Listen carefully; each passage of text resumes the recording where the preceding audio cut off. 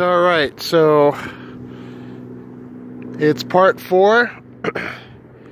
So take a look at the background here. Those are actually, I guess those would be considered hills. I want to say mountains, but I've never seen mountains or hills without any snow except here in Las Vegas. But every day in past November, every day is just like this in the wintertime and late fall, every day. It's a bit cloudy. This is considered cloudy here in Las Vegas. It's about 57 degrees. And, you know, that's a big draw with a lot of people because it's so warm. And it's so nice. I mean, I've been here since early June, and it probably has rained, what, 4 times? And when it does rain, it doesn't rain all day. It just rains for 2 or 3 hours, and another 2 or 3 hours, it just looks like it's as if it never rained.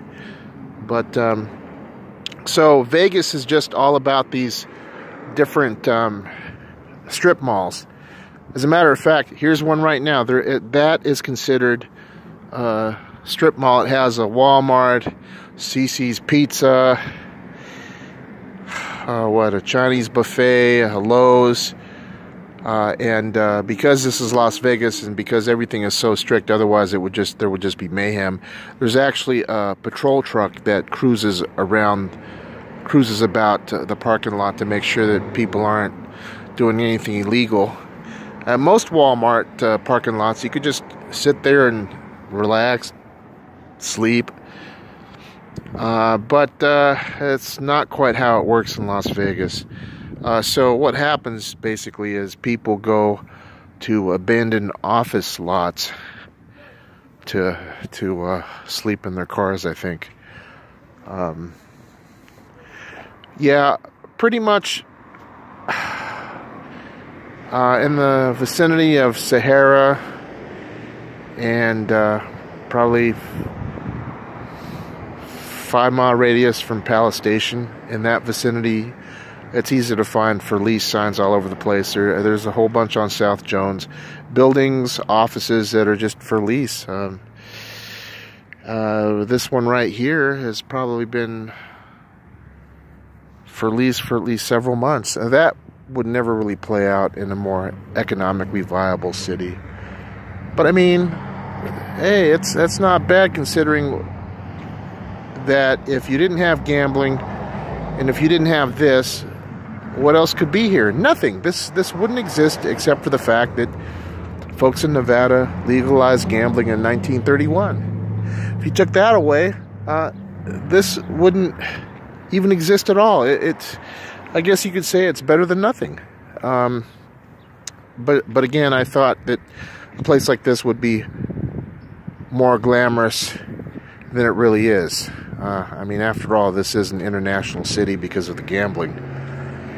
So this is typical traffic on a side street. Yeah, that's all it is. Oh, there you go, there. Remember in a previous video I was talking about how there are so many crippled people here? Okay, take a look at this person right here. Right, that person's in the corner. I mean, come on, it's a power chair to boot, and that person isn't even that old. I mean, that person's probably in their, it looks like probably their late 50s, early 60s. But that's typical here in Vegas. But then again, you have to ask yourself, why are they here? Because it's so easy to live here. It really is. It's not as action-packed as you would want to think or believe from all the slick, glossy images and brochures. Vegas is actually pretty boring. I mean, if you go past the Strip, I mean, there's the Pinball Museum off Spencer and Flamingo, I think. You know, there's the gun range. You can shoot whatever you want. There are the movie theaters, bowling alleys, and the casinos, and the libraries. Normally, there's Clark County Public Library, and it's pretty nice, except it's only open until 6. What else here? Yeah, this is typical as well. So water is actually a big issue in this part of the country. They won't tell you. It's the same thing. I mean, like you go to a restaurant. You ever notice, if you ever visit Vegas, you ever notice how they won't offer you water? You have to ask for water. They'll give you everything voluntarily, but not water. You have to ask for it.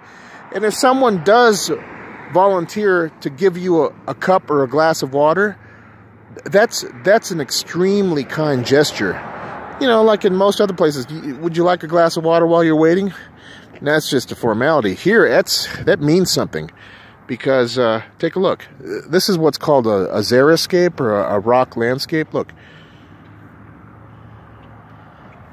it's pretty, and it saves water. And look at some of the plants that they plant for it. It looks like aloe. I don't even know what that is. And then, of course, check it out. That, right? And, of course, these right here. But, yeah, this town is full of them. And check this out. These are pretty. You know, me coming from Seattle, look.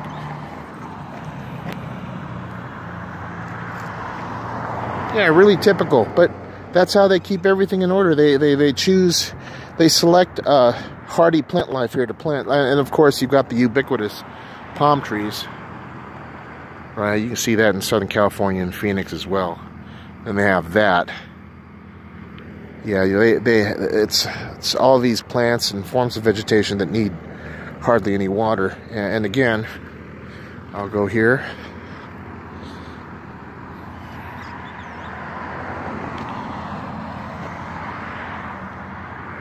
In an odd, bizarre way, it actually is quite attractive, huh? Oh, that brings me to one thing. I noticed these rocks. Vegas water is extremely hard, and you know what that means? In the long run, it's bad for your kidneys.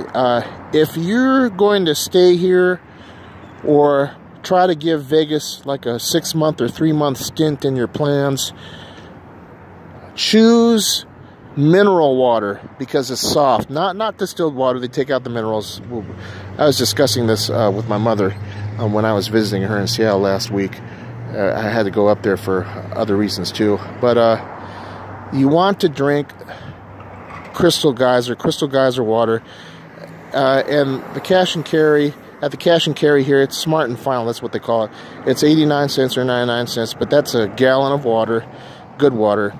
I mean, yeah, yes, you can drink the water here, but it leaves a chalky residue, and that's a dead giveaway for those of you folks that are from similar areas with hard water, like my favorite's Oklahoma City. I've been to Oklahoma City. The people there are very friendly. I was there for about 2.5 years, but it leaves a chalky residue, and that gives it away. I mean, you really want your kidneys to filter that stuff out. I mean, I can understand mineral water has minerals, but water here has lots and lots of minerals. It's a desert after all. I mean, I've mentioned this before. This is technically in the middle of the Mojave Desert. If you look it up on Wikipedia, it has actually gotten hotter than the Sahara, but I think the Sahara actually has a higher average temperature than this place, but it's gotten to over 130 degrees in the Mojave Desert, because guess what's in the Mojave Desert? Death Valley. Never ever go through Death Valley in the summers, because the semis only pass through every couple hours. I mean, if it's like 110, you're dead. And the signal, your cell phone signal, it just cuts out. It's a desert. It's Death Valley. Well, I mean, you know, it's Death Valley National Park, but yeah, it's still Death Valley. So look, see, this is typical. This is yet another office building that is for lease. It's really an abandoned office building. But yeah, you could sit here all day and just watch the traffic go by. And then it's interspersed with viable businesses. So it's not like other parts of the country where you'll have like a whole street of abandoned places. This street will have like one abandoned, well, not abandoned, it'll have a for lease sign, but the for lease sign is, you know, has been there for several months. And then it'll be interspersed with healthy, viable businesses. Now check this out, watch. All right, we got this thing here. All right, there's nobody there. You could actually go in there and just take a nap if you want. And then they got this place here next door. It used to be an insurance place, and that's also for lease. It's subtle. You can tell there's not much money here. I mean, this is still an American city, which means that you're getting people with, you know, nice cars, but like, they're not like Subarus or like mid-level, at least mid-level Mercedes that you would find, say, in Seattle or San Francisco. I mean, these are people that are driving brand new American cars, GMs, Chevys. You don't see very many trucks. I mean, like in Seattle, you see trucks that are contractor trucks, are $40,000, $45,000 with all the trimmings, sunroof, and all that stuff. Here, it's like, you know, and people around here, they don't dress the way they should. They dress, like I said, they dress like they shopped all day at Ross or the local dollar store. I mean, I was telling some people, even at Value Village or Goodwill, you know, thrift stores in Seattle, even that has nice stuff, because people, you know, if you're a techie in Seattle, you're 25 or 28, earning about $140,000-$135,000 a year.